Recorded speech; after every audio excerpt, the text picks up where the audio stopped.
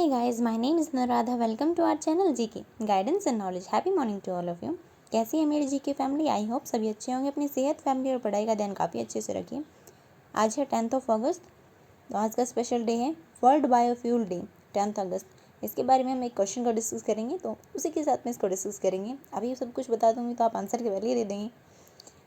चलिए क्वेश्चन के साथ शुरुआत करते हैं। ये कल का क्वेश्चन है। इसमें बताना था आपको कि इनमें से कौन सी वुमन है जो फर्स्ट इंडियन वुमन बनी है जिन्होंने एक एयरक्राफ्ट को उड़ाया था। हमारे ऑप्शन थे आरती शाह, सरला ठकराल, भावना कांत या फिर अवनी चतुर्वेदी। तो हमारा आंसर क्या हुआ? हमारा आंसर हुआ बी, ये थी सरला ठकराल। आप ये देख लीजिए, यहाँ पे ये गूगल डूडल है जिसने यहाँ पे दिखाया था सरला ठकराल को इंडियन की फर्स्ट वुमन के रूप में। गूगल ने डेडिकेट किया है डूडल को, डूडल इसी को बुलाते हैं जो ये डेली चेंज करते हैं यहाँ पे पिक्चराइजेशन, जैसे कि गूगल है, फेसबुक है, इनमें आपने देखा ही होगा हर रोज़ कुछ नया इन्वेंट करते हैं ये, वैसे होम पेज बुलाते हैं, ये गूगल डूडल बुलाया जाता है। सरला ठकराल ये इंडिया की फर्स्ट वुमेन पायलट थी जिन्होंने एक फ़्लाइट को उड़ाया था। इनकी जो 107th एनिवर्सरी को मनाया गया है इस तरह से। सरला ठकराल का जन्म हुआ था वो 1914 के अंदर हुआ था और डेथ हुई थी वो 15 मार्च 2008 को हुई थी। ये फर्स्ट वुमेन थी जिन्होंने एक एयरक्राफ्ट उठाया था 1936 के अंदर। ये 21 ईयर्स की हो गई थी तब जब इन्होंने पायलट का लाइसेंस लिया था। इन्होंने किसे उड़ाया था? जिप्सी मौत सोलो को। ठकराल हैं वो स्टूडेंट रही हैं लाहौर फ्लाइंग क्लब की, और ये फर्स्ट इंडियन वुमन है जिन्होंने कंप्लीट किया था 1000 आवर्स फ्लाइट के टाइम के अंदर ए लाइसेंस प्राप्त किया था। इसके बाद में जब इन्होंने शुरुआत की एक कमर्शियल पायलट बनने की, तब वर्ल्ड वॉर सेकेंड ख़त्म हो गई थी। देख लीजिए कहाँ पे कनेक्ट हो गए हैं। तो अगला क्वेश्चन देखते हैं। आज हमारा पहला क्वेश्चन है, कंसिडर करना इन सभी स्टेटमेंट को किसकी रिस्पेक्ट में बायोफ्यूल के बारे में बताना है। बायोफ्यूल है वो रिन्यूएबल होते हैं, बायोडिग्रेडेबल होते हैं और सस्टेनेबल सोर्स होते हैं एनर्जी के लिए। और 2021 की थीम रखी गई है वर्ल्ड बायोफ्यूल डे की। वो क्या है? Biofuel for a better environment. हमें बताना है इनमें से कौन सी स्टेटमेंट करेक्ट है। फर्स्ट ओनली, सेकंड ओनली, दोनों है, फिर दोनों में से कोई नहीं। तो हमारा आंसर क्या होगा? हमारा आंसर होगा सी। इसके बारे में देख लेते हैं। बायोफ्यूल एक सोर्स ऑफ एनर्जी होता है जिसे हम कहाँ से ले सकते हैं?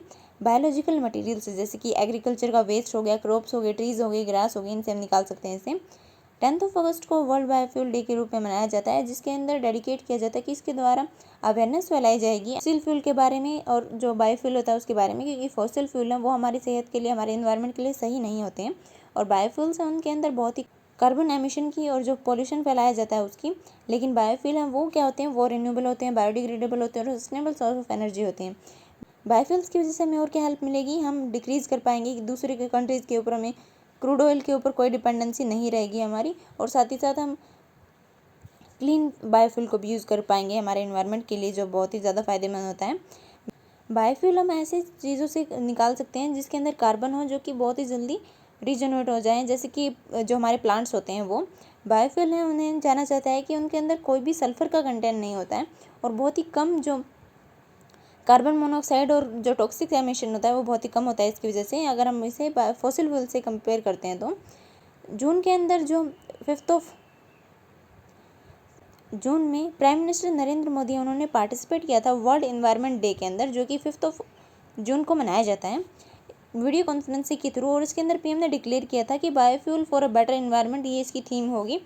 वर्ल्ड इन्वायरमेंट डे के अंदर इंटरेक्शन करते टाइम जो फार्मर्स हैं उनके साथ में उनसे पूछा गया कि उनके एक्सपीरियंसेस कैसे हैं इथेनॉल और बायोगैस के रिलेटेड। फिर हमारा आज का दूसरा क्वेश्चन है, इंडियन रेलवेज इन्होंने लॉन्च किया है एक इंटीग्रेटेड वन स्टॉप सॉल्यूशन। इसके किस नाम से जाना जाता है? इसके अंदर हेल्पलाइन नंबर जारी किया गया है 139, तो आप उसको भी यूज़ कर सकते हैं अगर आपको कोई भी प्रॉब्लम हो तो उसे सॉल्व करने के लिए। सो हमारे ऑप्शन हैं ट्रेन हेल्प, रेल मदद या फिर ट्रेन मदद। तो हमारा आंसर क्या होगा? हमारा आंसर होगा सी, रेल मदद नाम है इसका। इसके बारे में देख लेते हैं। इंडियन रेलवे ने लॉन्च किया है integrated one stop solution rail मदद, जिसको नेशनल ट्रांसपोर्टर मर्ज करेंगे, जिसके अंदर जो कि काफ़ी सारे हेल्पलाइन नंबर्स हैं उनको एक ही नंबर के अंदर मर्ज कर दिया जाएगा। मिनिस्ट्री ने इसे एक नंबर क्या दिया है? 139। इसका मैंने आपको बताया है।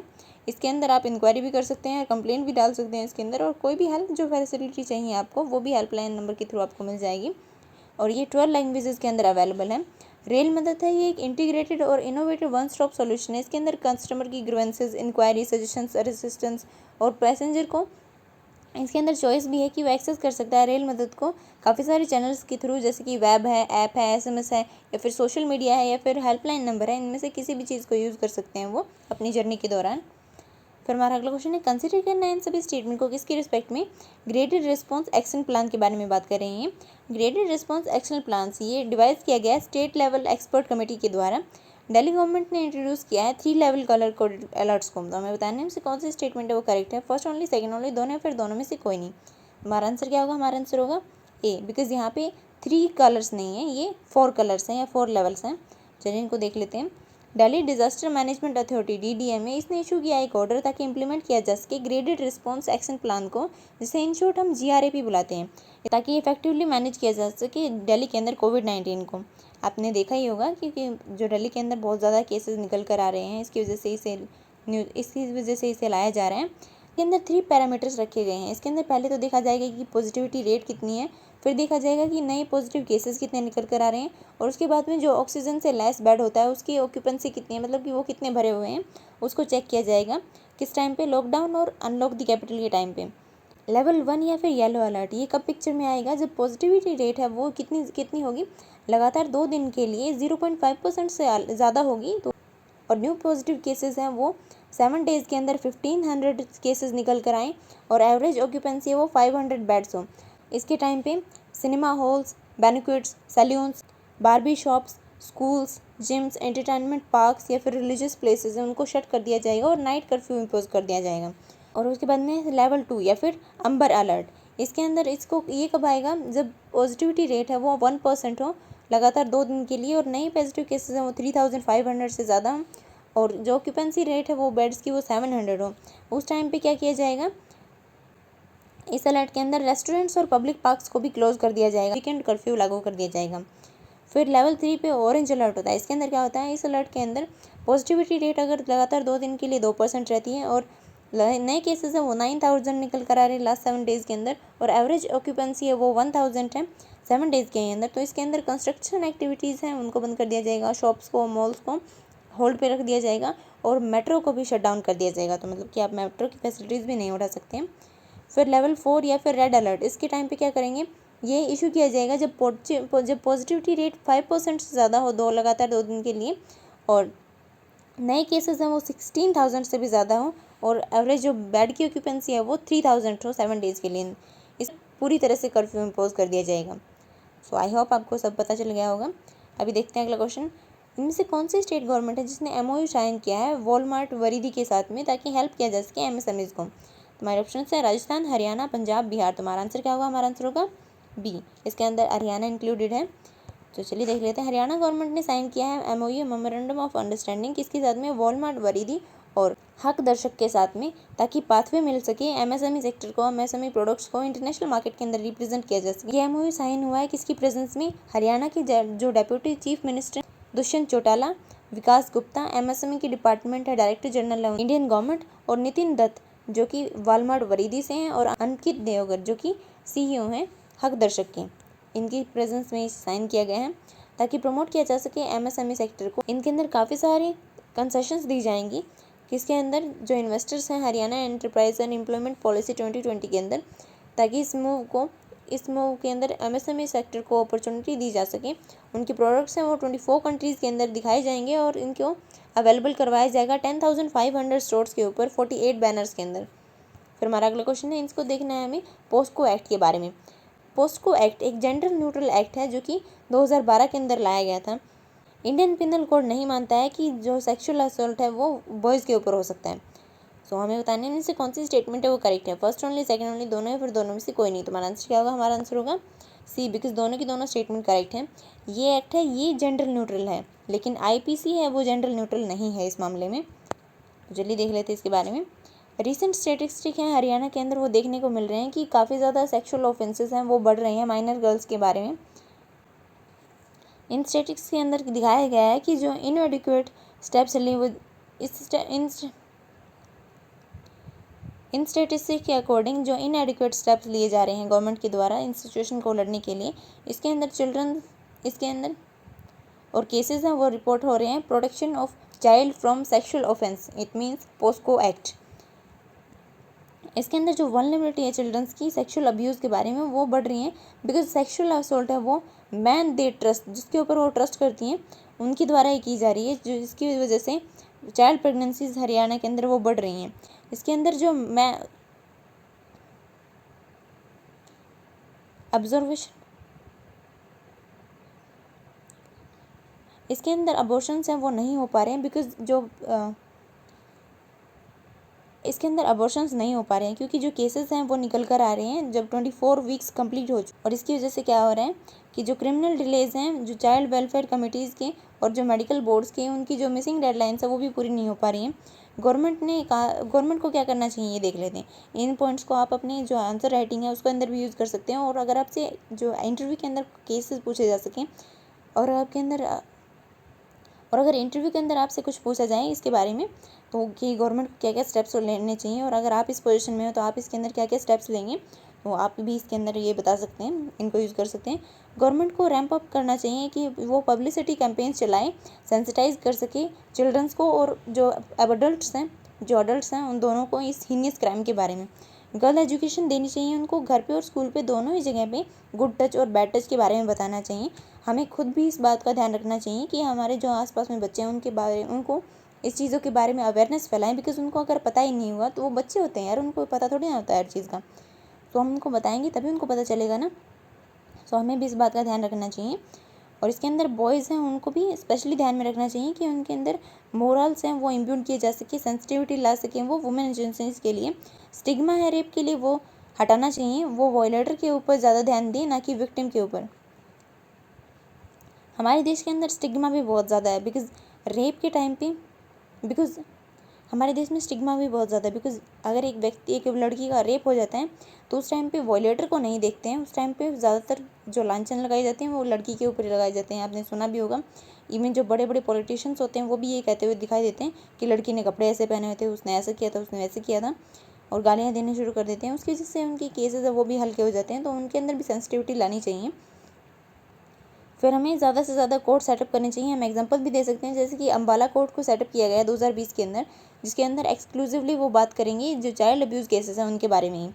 हमारा आईपीसी है, जो हमारा इंडियन पिनल कोड है, उसके अंदर बॉयज़ के ऊपर माना नहीं जाता है कि उसके ऊपर जो कमिट हो सकता है सेक्शुअल असोल्ट, लेकिन ऐसा होता है, काफ़ी सारे केसेस में निकल कर आया है ऐसे सामने। इस वजह से इस एक्ट को जनरल न्यूट्रल रखा गया है। इसके अंदर क्या कहा गया है कि बॉयज़ भी इसके विक्टिम्स हो सकते हैं, और इसकी जो डेफिनेशन है उसके अकॉर्डिंग बोला गया है कि समवन, कोई भी व्यक्ति जिसकी एज 18 से कम हो, मीन्स नो मैटर वो बॉय है, गर्ल है, ट्रांसजेंडर है, कुछ भी हो, लेकिन उसकी एज 18 ईयर्स से कम हो, मीन्स माइनर हो, वो उसे इंक्लूड किया गया है। इसके अंदर स्कोप है सेक्सुअल क्राइम का, वो चिल्ड्रंस के खिलाफ एक्सपेंड किया गया है। इसके अंदर डेफिनेशन इसकी बढ़ाई गई है सेक्सुअल असॉल्ट को लेकर। इसके अंदर इंक्लूड किया गया है नॉन पेनिट्रेटिव सेक्सुअल असॉल्ट और साथ ही साथ एग्रीवेटिव पेनिट्रेटेड सेक्सुअल असॉल्ट। फिर हमारा अगला क्वेश्चन है राजीव गौबा कमेटी, ये रिसेंटली न्यूज़ में देखने आई है, तो ये किससे रिलेटेड है, कौन से इशू से एसोसिएटेड है। हमारे ऑप्शंस हैं इशूज़ जो कि डोमेस्टिक वायलेंस से रिलेटेड है, या फिर रोड एक्सीडेंट्स होते हैं उनके इंसिडेंट से, क्लाइमेट चेंज के इशूज़ हैं उनसे रिलेटेड है, या फिर इंसिडेंट होते हैं मॉब वायलेंस के उनसे रिलेटेड है। तो हमारा आंसर क्या होगा, हमारा आंसर होगा डी। इसके बारे में देख लेते हैं। रिसेंटली क्या हुआ है, जो अपॉइंटमेंट कमेटी है कैबिनेट की, उसने जो राजीव गौबा है उनकी टर्म को बढ़ा दिया है 1 साल के लिए। इन्हें अगस्त 2019 के अंदर 2 साल की टर्म के लिए अपॉइंट किया गया था, जो कि अब पूरी हो गई है। इस वजह से इनको 1 साल के लिए और एक्सटेंड किया गया है। ये 1982 बैच के IAS ऑफिसर हैं झारखंड कैडर से। और ये मूव क्यों ली गई है, क्योंकि सुप्रीम कोर्ट ने डायरेक्शन दी है सेंट्रल गवर्नमेंट को कि जो मॉब वायलेंस के केसेस हैं और लिंचिंग के केसेस हैं वो बहुत ही ज़्यादा बढ़ रहे हैं। एपेक्स कोर्ट ने भी कहा है इसके बारे में कि इनको हटाने की ज़रूरत है। और उसके अंदर पास किया जाएगा एक सीरीज़ को, जिसके अंदर प्रिवेंटिव, रेमेडियल और प्यूनिटिव मेजर्स हैं उनको लिया जाएगा, ताकि डील किया जा सके लिंचिंग के साथ में और मॉब विजिलेटिज्म के साथ में। इसके अंदर स्टेट और सेंट्रल गवर्नमेंट को अकाउंटेबल बनाया। और ये क्यों होते हैं, क्योंकि जो फेक न्यूज़ है वो मैसेजेस के थ्रू, वीडियोज़ के थ्रू, सोशल मीडिया के प्लेटफॉर्म पे इनके सामने निकल कर आते हैं। काफ़ी ज़्यादा केसेस में आपने देखा भी होगा कि मॉब लिंचिंग कैसे की जाती है, इनकी भी वीडियोज़ बनाकर डाल दी जाती है सोशल मीडिया के ऊपर। और फेक न्यूज़ है जो सबसे बड़ा रीज़न होता है इसके पीछे।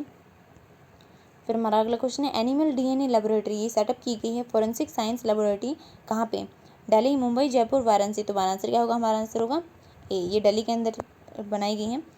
अर्लियर एनिमल सैंपल्स हैं वो यूज़ किए जाते थे कि उनको सेंड किया जाएगा स्टेट के साथ में एनिमल डीएनए टेस्टिंग फैसिलिटीज़ के लिए, ताकि टेस्ट रिजल्ट निकाले जा सकें। काफ़ी बार ये प्रोसेस है वो डिले हो जाती थी इन्वेस्टिगेशन की वजह से। ये एनिमल डीएनए लैब है जो कि प्रोक्योर करेगी 2 मशीन को, जिनका नाम है ऑटोमेटेड डीएनए एक्सट्रैक्शन इंस्ट्रूमेंट और रियल टाइम पीसीआर इंस्ट्रूमेंट, जो कि बेस्ड है माइथोकॉन्ड्रियल डीएनए टेक्नोलॉजी के ऊपर बेस्ड है। इस एनिमल डीएनए लेबोरेटरी को यूज़ किया जाएगा दिल्ली पुलिस के लिए, ताकि वो टाइमली डिस्पोजल किया जा सके केसेस को, किससे रिलेटेड जो काउ स्लॉटर होता है या फिर इलीगल ट्रेड होता है एनिमल्स का, या फिर एनिमल रिलेटेड जो भी केसेस हैं उनको। और फोरेंसिक लैब है वो जो एनालाइज करेगी एविडेंसेस को। फोरेंसिक लैब है वो एविडेंसेस को देखते हुए आइडेंटिफाई करेगी, कैसे कि वो देखेगी पार्ट है एनिमल्स के, उनको ब्लड्स को या फिर टिश्यू सैंपल को, हेयर को, टीथ को, कैरकेसेस को, बोन्स को, इन कंटेंट को देखते हुए लेबोरेटरी को यूज़ किया जाएगा एग्जामिन करने के लिए और आइडेंटिफाई करने के लिए एनिमल की स्पीसीज़ को उनके मीट से, फ्रोजन मीट से, उसकी पैकिंग से या फिर स्लॉटर केसेस से। एक्सपर्ट हैं वो डीएनए लेबोरेटरी के अंदर, वो प्रोवाइड करवाएंगे इन्फॉर्मेशन, उनकी आइडेंटिटी करेंगे उनकी सैंपल्स को देखते हुए, और डीएनए टेस्ट को यूज़ किया जाएगा उनके जो स्पीसीज़ हैं एनिमल के रिलेशन को चेक करने के लिए एनिमल्स का, और इवेलुएट किया जाएगा 2 डिफरेंट सैंपल्स को, ताकि डिटरमाइन किया जा सके एनिमल को कहाँ से ओरिजिनेट हुए हैं सेम इंडिविजुअल के अंदर। प्राइमरी चैलेंजेस क्या देखने को मिलते हैं एक फोरेंसिक साइंटिस्ट के लिए, कि वो विटनेस नहीं कर पाता, वो विटनेस को आइडेंटिफाई करने में, किसमें विटनेस को आइडेंटिफाई करने के लिए, उनकी ये जांच करने के लिए कि वो पर्टिकुलरली कौन सी स्पीसीज से हैं। ये क्राइम सीन के एविडेंस को देखते हुए पता लगाया जाता है। ये क्या, इसकी वजह से डिफ़िकल्टी देखने को मिलती है। काफ़ी सारे पीसेस हैं, फ्लैश हैं, उनके अंदर जो क्राइम सीन है वहाँ पे देखने को मिलते हैं, और ये एनिमल को प्रोटेक्ट किया जाएगा नॉन प्रोटेक्ट किसी पाए जाते हैं क्राइम सीन के ऊपर। इसके अंदर प्रोटेक्टेड एनिमल और नॉन प्रोटेक्टेड एनिमल भी शामिल होते हैं। हमारा अगला क्वेश्चन में से कौन सा स्टेट है जो कि पहला स्टेट बन गया है इम्प्लीमेंट करने के लिए न्यू एजुकेशन पॉलिसी 2020? इसके ऑप्शन हैं केरला, तमिलनाडु, कर्नाटका या फिर गोवा। तो हमारा आंसर क्या होगा? हमारा आंसर होगा सी, ये कर्नाटका है। कर्नाटका है वो पहला स्टेट बन गया है इसे इम्प्लीमेंट करने के लिए, और ये न्यू एजुकेशन पॉलिसी है, इसको इफेक्ट में लाया जाएगा करंट जो एकेडमिक ईयर चल रहा है 2021 और 2022। इस पॉलिसी के अंदर क्या किया जाएगा, इस सिस्टम के अंदर काफ़ी सारे रिफॉर्म्स लाए जा रहे हैं। इसके अंदर एक सिंगल रेगुलेटर होगा ओवरसी करने के लिए हायर एजुकेशन को। कोई भी एमफिल कोर्स नहीं होगा पीएचडी से पहले। पब्लिक और प्राइवेट इंस्टीट्यूशंस के अंदर फीस को फिक्स कर दिया जाएगा। स्टूडेंट्स है वो चूज़ कर सकते हैं 3 या 4 अंडर ग्रेजुएट कोर्सेज़ को, और मल्टीपल एंट्री और एग्जिट पॉइंट्स होंगे डिग्री कोर्सेज़ के अंदर। और इसके अंदर सबसे अच्छी बात है, अगर आपने एडमिशन लिया, मान लो आपने बीए में एडमिशन लिया, मान लो आपने एमएससी में एडमिशन ले लिया,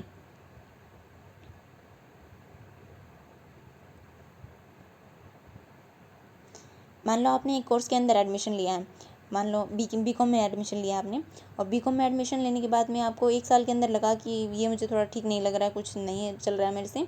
सो आप अगर उस टाइम पे आप बीए में एडमिशन लेते हैं, तो पहले क्या होता था कि जो बीकॉम की है वो फ़ायदेमंद नहीं रहती थी, वो वहीं पे ख़त्म हो जाती थी। लेकिन अब आपको वो 1 साल का सर्टिफिकेट दिया जाएगा कि इसने ये भी कोर्स किया है 1 साल के लिए। फिर अगला क्वेश्चन है, कंसिडर करना है इन सभी स्टेटमेंट को उज्ज्वला 2 के बारे में। उज्ज्वला 2 स्कीम है, इसके अंदर माइग्रेंट्स हैं उनको ज़रूरत पड़ेगी कि वो राशन कार्ड और एड्रेस प्रूफ है उसे दें, जो ताकि ले एलपीजी सिलेंडर्स को लेने के लिए। उज्ज्वला 2 है वो प्रोवाइड करवाएगी। इसके अंदर फर्स्ट रिफिल भी होगा और हॉट प्लेट भी दी जाएगी फ्री ऑफ कॉस्ट बेनिफिशरीज को। यहाँ पे आपको बताना है कि इनमें से कौन सी स्टेटमेंट है वो इनकरेक्ट है। तुम्हारे ऑप्शन है फर्स्ट ओनली, सेकंड ओनली, दोनों, फिर दोनों में से कोई नहीं। तुम्हारा आंसर क्या होगा? हमारा आंसर होगा ए, बिकॉज फर्स्ट स्टेटमेंट है वो इनकरेक्ट है। इनकरेक्ट क्यों है कि यहाँ पे जो राशन कार्ड है वो सबमिट करने की ज़रूरत नहीं है इसके अंदर। आप अगर सेल्फ डिक्लेयर भी कर देंगे तो भी आपको कोई प्रॉब्लम नहीं होगी, आपको बेनिफिट्स मिल जाएंगे। प्राइम मिनिस्टर नरेंद्र मोदी ने लॉन्च किया है सेकेंड एडिशन गवर्नमेंट की जो फ्री एलपीजी कनेक्शन स्कीम है, जिसको उज्ज्वला बुलाया जाता है। इसका सेकेंड एडिशन है वो आज उत्तर प्रदेश के अंदर लॉन्च किया जाएगा। इस उज्ज्वला 2 के लॉन्च के थ्रू और एडिशनल 1 करोड़ एलपीजी कनेक्शन बांटे जाएंगे वीडियो कॉन्फ्रेंसिंग के थ्रू महोबा डिस्ट्रिक्ट उत्तर प्रदेश के अंदर। इस स्कीम के अंदर माइग्रेंट्स हैं उनको ज़रूरत नहीं होगी वो सबमिट करें एड्रेस प्रूफ या फिर राशन कार्ड को एलपीजी सिलेंडर लेने के लिए। इसके अंदर उनकी सेल्फ डिक्लेरेशन ही फैमिली डिक्लेरेशन मानी जाएगी और प्रूफ एड्रेस माना जाएगा। प्रधानमंत्री उज्ज्वला स्कीम, इसे लॉन्च किया गया था 2016 के अंदर प्रधानमंत्री नरेंद्र मोदी के द्वारा। ओरिजिनली इसे लॉन्च किया गया था ताकि डिस्ट्रीब्यूट किया जा सके 50 मिलियन एलपीजी कनेक्शंस को बिलो पॉवर्टी लाइन के अंदर आने वाली वुमेंस को, लेकिन इसको बाद में एक्सपेंड कर दिया गया था और एलपीजी है वो 8 करोड़ वुमेंस तक बढ़ा दिया गया था कि इसका टारगेट रखा गया था कि इसे अचीव किया जाएगा मार्च 2020 तक। लेकिन इस टारगेट को इन्होंने 7 मंथ पहले ही सितंबर 2019 के अंदर कंप्लीट कर लिया। फिर हमारा अगला क्वेश्चन है, कंसिडर करना है इन सभी स्टेटमेंट को किसके रेफरेंस में, यू गवर्नमेंट CPR मिनिमल सर्वे, इसके बारे में बताना है। इस सर्वे के अकॉर्डिंग 17% रिस्पोंडेंट्स हैं उन्होंने अपनी फैमिली के अंदर किसी को खोया है कोविड-19 की वजह से, जब 2021 स्टार्ट हुआ उसके टाइम पे। इसके अंदर हाईएस्ट डेथ टोल्स मिला है कौन सी सिटीज़ के अंदर, दिल्ली और हैदराबाद। हमारे ऑप्शन है इनमें से कौन सा करेक्ट हमें बताना है, फर्स्ट ओनली, सेकंड ओनली, दोनों, फिर दोनों में से कोई नहीं। तुम्हारा आंसर क्या होगा, हमारा आंसर होगा सी, बिकॉज दोनों की दोनों स्टेटमेंट है वो करेक्ट है। आगे देख लेते हैं। ऑफिशियल डाटा के according less than 3 lakh Indians की डेथ हुई है कोविड-19 की इन्फेक्शन की वजह से 2021 के अंदर। गवर्नमेंट के ऑफिशियल्स का कहना है कि कोई भी शॉर्टेज नहीं हुई है हॉस्पिटल बेड्स की या फिर ऑक्सीजन की कोविड-19 के टाइम पे। राज्यसभा के अंदर हमारे जो यूनियन हेल्थ मिनिस्टर, ये कौन आपको ये बताने कमेंट सेक्शन के अंदर, उन्होंने कहा है कि कोई भी रिपोर्ट नहीं निकल कर आई है कि पेशेंट की मौत हो गई किसी वजह से, ऑक्सीजन की शॉर्टेज की वजह से, हॉस्पिटल फैसिलिटीज़ की कमी की वजह से। जबकि रिस्पोंडेंट्स का कहना है कि यू गवर्नमेंट CPR मिनिमल सर्वे के अंदर बताया गया है कि न्यू पेशेंट्स हैं उन्होंने बहुत सारी डिफिकल्टीज फेस की हैं बेड्स और ऑक्सीजन सिलेंडर पाने के लिए। 46% रिस्पोंडेंट्स हैं उनको कहना है कि वो अवेयर हैं केसेस के जिनकी वजह अंदर पेशेंट्स हैं उन्होंने खो दिया अपनी लाइफ बिकॉज उनको मेडिकल सप्लाईज और ऑक्सीजन नहीं मिली। ये सर्वे कंडक्ट किया गया है इंडियन आर्म के थ्रू, जो कि हैं यू गवर्नमेंट या फिर Delhi based think tank centre policy research, जिसे CPR बुलाया जाता है, इन्होंने मिलकर इसे कंडक्ट किया है। इसके अंदर बताया गया है कि आधे जो रिस्पोंडेंट्स हैं वो मिनिमल्स हैं, बाकी जो आधे हैं उनके अंदर प्री मिनिमल्स हैं मतलब कि 40+ हैं, और पोस्ट मिनिमल्स हैं मतलब 18 to 24 ईयर्स हैं। और इस एनुअल सर्वे का ये 6th एडिशन है जिसके अंदर एग्जामिन किया जा रहा है कि एस्पिरेशन एंजाइटी एटीट्यूड्स कैसे हैं इंडिया के डिजिटल नेटिव्स के। फिर आज का ये क्वेश्चन है जिसका आंसर आपको दे, जायद तलवार 2021 ये मिलिट्री एक्सरसाइज है, ये किसके बीच में हुई है, इंडिया के साथ में UAE, Iran, Yemen, Thailand. So this is it for today. Thank you for listening. Don't forget to like, share and subscribe. Also provide your suggestions to improve. जय हिंद, जय भारत।